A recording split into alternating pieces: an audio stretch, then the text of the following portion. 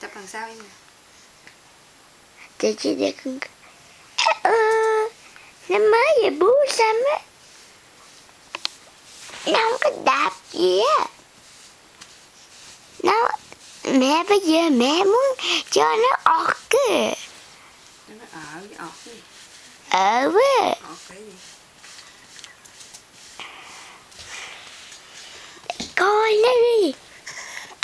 Nó bước mặt lên.